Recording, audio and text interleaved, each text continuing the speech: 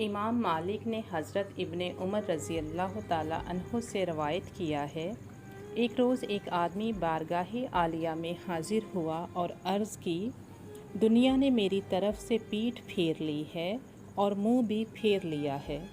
سرور کائنات صلی اللہ علیہ وآلہ وسلم نے اس آدمی کو کہا کہ ملائکہ کی جو نماز اور اللہ کی مخلوق کی جو تسبیح ہے، اس سے تو کیوں غافل ہو گیا ہے؟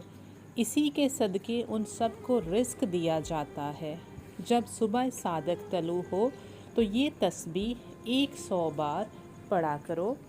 سرکار دو عالم صلی اللہ علیہ وآلہ وسلم نے فرمایا، دنیا تیرے پاس ذلیل ہو کر آئے گی۔ اپنے آقا کا یہ ارشاد حرز جاں بنانے کے بعد وہ آدمی واپس چلا گیا۔ کچھ مدت ٹھہرا رہا، پھر حاضر ہوا، عرض کی، یا رسول اللہ، میرے پاس اتنی دولت آ گئی ہے، مجھے اس کے رکھنے کی جگہ نہیں ملتی۔